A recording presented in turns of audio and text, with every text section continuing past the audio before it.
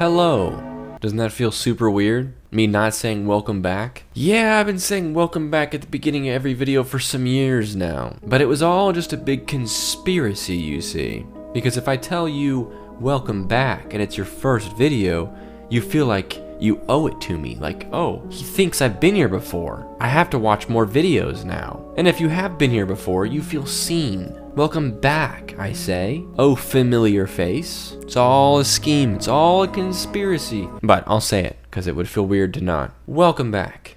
Today we're talking about low-stakes conspiracies. It is the subreddit of kind of like fun conspiracies. Some are more fun than others, of course. But the thing they all have in common is that they're all kind of not that important, and I think that's what makes them fun. Like this first one here. Zoos won't tell you this, but elephants are just shaved mammoths.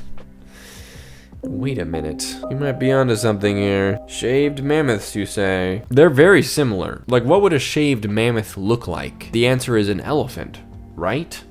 So, really makes you think, doesn't it? I don't know what their motivation would be to shave elephants. Shaving every elephant in the world. It's not like elephants just live in the zoo. That's the funny part about this. It's like there are elephants out in the wild. There's probably millions of elephants in the world. But there might be a secret society of people that are getting up early to shave the elephants every day before you wake up, so that when you wake up and you see shaved elephants outside, you're like, oh, normal elephants. But they were mammoths the whole time. You've been fooled. I'm not sure what that really does. Believing that mammoths are extinct, I'm not sure what that does for anybody, but it's a lot of work for it, so hopefully it's worth it. But yeah, I had a super fun time last time looking at these dumb conspiracy theories, and I'll admit it, the rumors are true. I had an absolute hoot last time, so we're gonna do it again. And honestly, I was happy to see a lot of people really liked it, so we're doing it again, baby. Pen Badgley is a fake name. Is that the guy from You? Yeah, that guy, okay. It's clearly a fake name he gave when he was stopped by the police once, and then he got famous, so he was forced to stick with it. He formed it in the spur of the moment from two things that he saw on the shirt of a cop. Yeah, my name is Pen Badgley.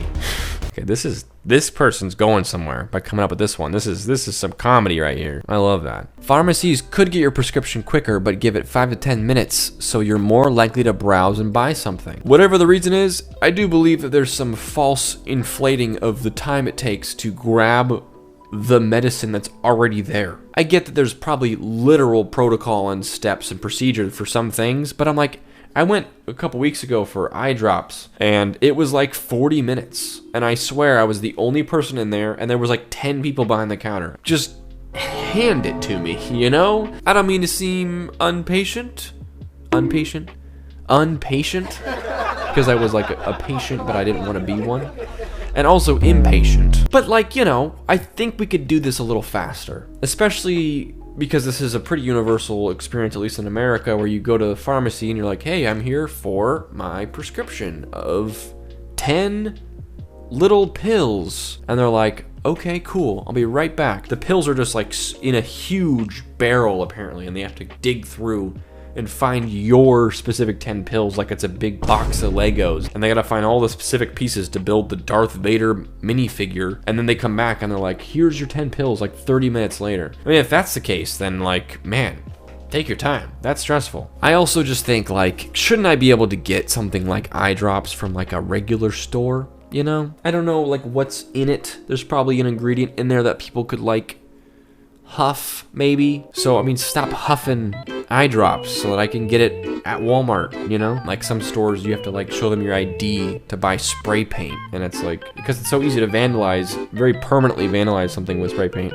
But it's like, if people wouldn't do that, I wouldn't have to show my ID to buy paint. And I could get straight to my vandalizing a lot faster. My wife is an interdimensional super being, and the thing I was looking for literally didn't exist in our universe until she summoned it into existence by saying it's in the drawer. For me, this was my mom growing up. This is like such a universal experience too, though, of like being a kid. You're like, Mom, there's no milk in the fridge, after looking in the fridge for 5 minutes. And then she's like, it's on the top shelf where it always is. And I'm like, no, it's not. I already looked. And then she opens the fridge and it's right there on the top shelf. And I'm like, that hasn't happened to me in probably 20 years. So maybe I was just an actual idiot in my single-digit years of life, which is totally possible, but it at least feels like this. And this guy's having this experience still in his adult life. He looks in the drawer, it's not there, and she's like, it's in the drawer, and he opens it, and then now it's there. There's something going on here, I'm telling you. That's the real Mandela Effect. Amazon has announced they're phasing out their checkout-less grocery stores. The Just Walk Out technology, which was labeled as automatic, was actually 1,000 plus Indian employees monitoring you as you walked through the store.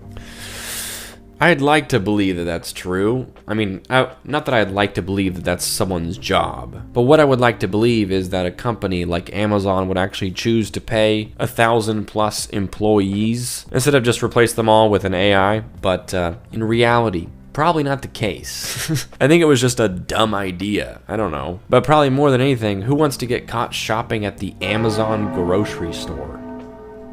Not me. Dubai is actually crap. It's just that people who have spent money to go there don't want to admit it. Probably partially true. This one, I mean, it's not that funny, but it's kind of just how people are. If you get into a cool club, you never tell everyone that the club sucks. Because you know that they can't go to the club, so why would you tell them it sucks? Just tell them it's awesome. They can't verify whether it's true or not. You can tell them it's awesome, and then they'll just be jealous and be like, man, so-and-so's so cool. They got into the cool guy club, and I'm still at Weenie Hut Jr. If someone's telling me that they moved to Dubai and it was awesome, I'll be like, great, man, that's awesome. But I also don't trust that you would tell me if it wasn't, right? If this was an episode of Mythbusters, I would definitely give this plausible. The huge inflated seal levitating in the sky is called the moon to distract you from the dangers of helium-filled balloons. Apollo was just a rescue mission to save the child still holding onto the ribbon. What the what? The moon is an inflated seal, okay, got that, to distract you from the dangers of helium-filled balloons? How? Chat, is this for real? Apollo was just a rescue mission to save the child still holding onto the ribbon. It's a balloon, they just called it the moon to pretend it's not a balloon. You really think so, dude? Do you think the moon is actually just a big balloon and we've been lied to? Dang, dude. Men pretend to like beer because they've been taught to. Ooh, this is gonna be a dicey one. Beer is obviously disgusting, but I think beer companies in their advertising campaigns intentionally, vigorously attach liking beer to the image of masculinity to put social pressure on men to buy, consume, and talk about. Free advertising. This was so successful that to say you don't like beer or to order a raspberry daiquiri, delicious by the way, is to almost guarantee receiving comments questioning your manhood, and so the lie continues. I just recently learned that bacon was at one point not associated with breakfast at all until the companies selling bacon were like, let's make everyone think this is a breakfast food. And now everyone, myself included, is like, bacon is for breakfast. I mean, bacon is for all time, but bacon is definitely for breakfast. So, I mean, you know, we can't say that marketing doesn't do stuff to us. Even if we want to believe it doesn't. I do believe people genuinely like it. I'm not saying everyone is pretending it's good. So whether or not it was a big conspiracy that everyone's been hoodwinked or hypnotized into thinking that it's the manliest thing ever to drink this drink, I don't know. But yeah, we're moving on before someone comes to my house to beat me up. Bank robberies in films are deliberately designed to misrepresent how actual bank robberies should be done, so criminals will get caught doing bank robberies. I've actually legitimately thought about this before. I don't think it's like every time they're like, let's make it this way to trick the robbers, but you're definitely not motivated to show how to really pull off a heist the right way. The carnivore diet was created and funded by Big Meat due to the rise in veganism. I mean, veganism and vegetarianism, yes. This opens up a whole can of worms. Just the concept of diets being made up by some higher corporation type marketing entity. Interesting thoughts there. Again, we've seen so many times where some big marketing firm is just like, let's just make everyone think this. And then like it works. Again, the whole bacon thing. Like, bacon is for breakfast. That was just like a marketing thing. They were like, let's make everyone think that bacon is for breakfast. But I mean, you know, maybe someday they're gonna find out they have a surplus of green beans, and then some marketing agency is gonna be like, let's make everyone think that green beans are the healthiest thing a person can eat. They make you live longer, they dissolve cancer cells, they make you just overall kind of hot. They turn you into a hot man. I'm sorry, it only turns you into a hot man. So if you didn't want to be a hot man, don't eat green beans. But for everyone else that wants to be a hot man, I'll take them. I'll eat yours if you don't want them. But yeah, if they were like, hey man, we gotta sell more meat, let's tell everyone that eating only meat is like this cool new trendy diet. I haven't heard this diet being like super popular, but I have definitely heard firsthand of people that have done this, where they just eat only meat for like a week or two or whatever. It sounds weird to me. It sounds sort of barbaric, but almost kind of cool in a way. I don't know what I'm talking about. Although, let's take it a step further though. Let's say that vegetarianism was a ploy by Big Vegetable to sell more vegetables. Maybe it's two competitors, Big Meat and Big Vegetable. This is weird out of context, but Big Meat versus Big Vegetable. They're all like, eat more meat, eat more vegetables. Let's move on to the next one. How about that? Elizabeth Holmes and Mark Zuckerberg are genetic siblings grown in the same laboratory. Now listen, I'm typically all aboard the Mark Zuckerberg as an alien or some sort of creature grown in a lab type of thing, but I don't really see similarities here beyond the color of the eyes. Like, their ears are different, their nose is different, their lips are different. His face is like 2 inches taller than hers is. Their jaws are different. I think that this is busted. Again, I'm all for this type of thing, but this is nonsense. They both have blue eyes? Okay. I mean, contacts exist, so even that doesn't count for anything. Moving on, Pokemon games are released backwards. Red, blue, green, and yellow are set in the distant future where most Pokemon have become extinct. Ooh. There's a nice lighthearted one for you.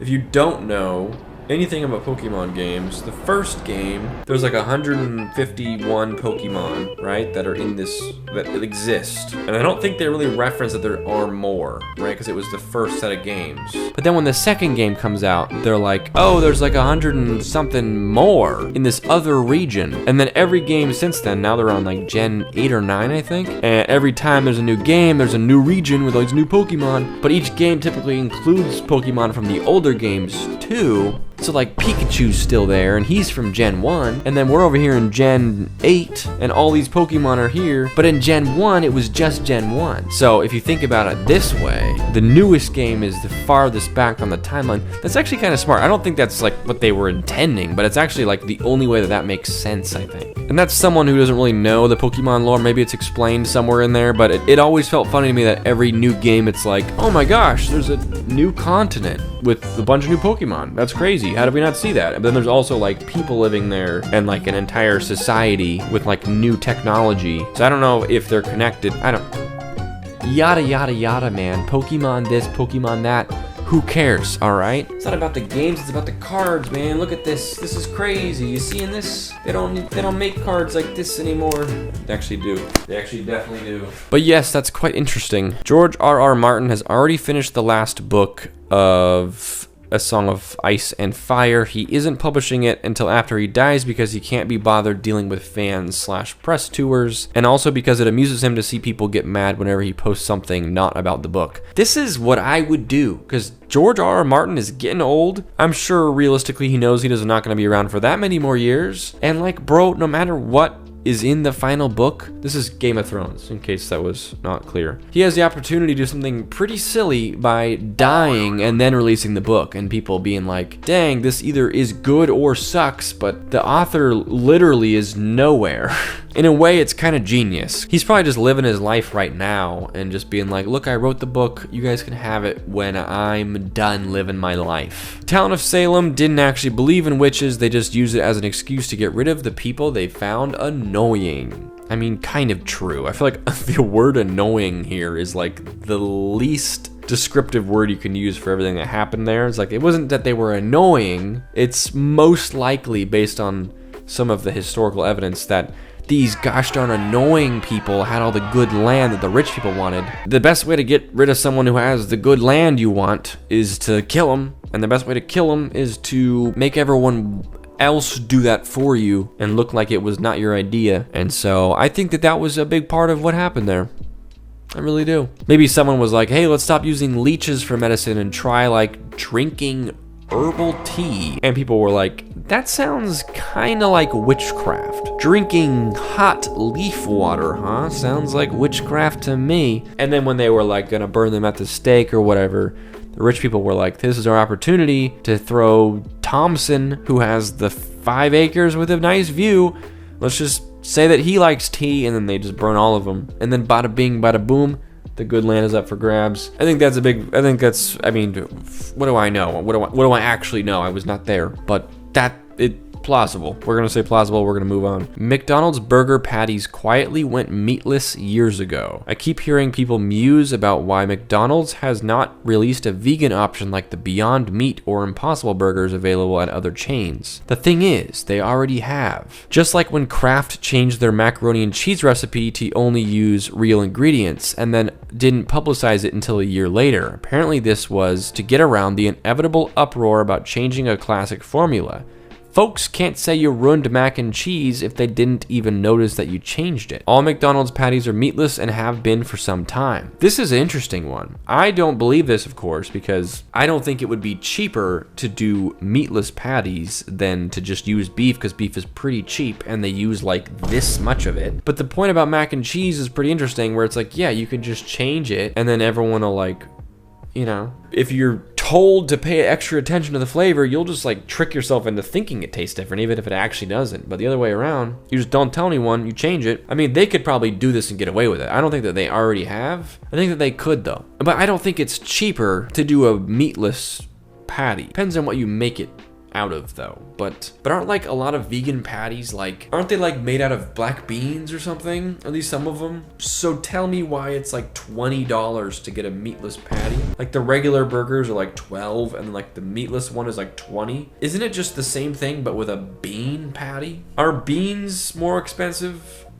than meat? I know it's probably not that simple, but I think that that alone still counts as my evidence for why McDonald's would not be like, we're gonna not use beef anymore. Like, that's a very high risk play. If people found out that there's been no meat in their patties and it's been like some other substitution this whole time, riots in the street. People that are big meat people do not want to be tricked into eating a meatless patty. People get very angry about the notion of something being meatless. I forget which restaurant it was, but there was one that started offering a meatless option. In addition to the entire menu, nothing changed. They just decided, hey, we now have a meatless option. And there was an entire boycott of like, we're boycotting this restaurant because they now have a meatless option. I'm like, you guys are insane people. Just don't order it. Maybe these people have so little control over their own actions that they can't guarantee they won't walk in and order it. That's a real conspiracy right there. But yeah, I don't think this is true. But it's a fun thought. Babies are fascinated by the Teletubbies because their alien appearance triggers ancient human genetic memory of the aliens who created our species millennia ago. That is a mouthful. I'm gonna say 100% true. Wasn't there a Teletubbies one last time though? What is with Teletubbies? Why is it living in all of our minds still? Has anyone watched an episode of Teletubbies in the last like 20 years? I know I haven't. I think we should just let them go. But maybe they stick in our minds so much because they remind us of the aliens that created our species millennia ago. Something to think about. No one enjoys being pregnant. They're just saying it to trick other people into maintaining the human population. Unless they're sadists and enjoy pain, discomforting, vomiting, gas, constipation, heartburn, swollen face, hands and feet, fatigue, rapid weight gain, and breathlessness. You know, I don't think I have much clearance to say anything on this. I don't really know. I just know it looks like a bad time. It looks like a bad time. But I think that if you have to go through it, like you want to have a baby and you get pregnant and then you're like, okay, I'm on this road for the next 9 months. Why not be a little positive about it, you know? Why not just try? I'm sure that's probably a big part of it, just putting your best foot forward and be like, this is cool, what a magical experience, you know, in between all this stuff here. And I know that people also have much worse than others experiences and much better than others. There seems to be a wide range of how good or bad your pregnancy can be. But generally speaking, it seems like it can be very uncomfortable. One must imagine pregnant people happy. Coke Spice is a Dune 2 tie-in that felt fell through. It's way too much of a coincidence for Coca-Cola to release a weirdly named soda called Coke Spice right when Dune 2 is coming out. I haven't seen it recently, but yeah, I did see this like a couple months ago, probably before Dune came out. I don't know what bearing this has on anything. This is super unimportant, which is what we're here for. But yeah, maybe it was like a brand deal that didn't work out. Maybe they couldn't agree on something, but they were still able to use the word spice because obviously Dune doesn't like own the word spice. They own the word Dune. If they called it Coca-Cola Dune, now that'd be a problem. The cilantro soap gene actually doesn't exist. Cilantro tastes the same to everyone, but the non-soap people just don't know what soap tastes like. Non-soap person checking in here. I am happy to give my perspective on this one. It doesn't taste like soap. I know what soap tastes like. Don't ask me how, but I know very well what soap tastes like. I was a curious child. For anyone that's wondering what I'm talking about, there's a gene that makes cilantro taste different to you depending on whether or not you have this gene. If you have this gene, cilantro tastes like soap to you. So I have a couple friends who really do not like cilantro. They're very much like no cilantro on whatever it is because it's a very, I imagine, a very intense flavor. But I love cilantro and it does not taste like soap to me. It's really tasty. They don't know what they're missing, man. Cilantro is delicious. Putting some cilantro on a nice taco with some lime and some salsa, I could see how with some extra genes it could taste soap-ish, but it tastes super good. Super good. Super good. Tastes super good. Super, it's yummy. I like it. All right, let's go ahead and end there. I feel like we looked at a lot of them. Hopefully you enjoyed that. There were some weak ones, some good ones, some probably true ones, some obviously not true ones. If enough people like this one, maybe we'll do it again someday, but thanks for watching. Appreciate you for being here. Don't forget to like and subscribe if you enjoyed it, and I will see you next time. You goofball. Thanks for watching to the end of the video. That's crazy. No one ever does that. Just you. That's what makes you special. We'll see you around.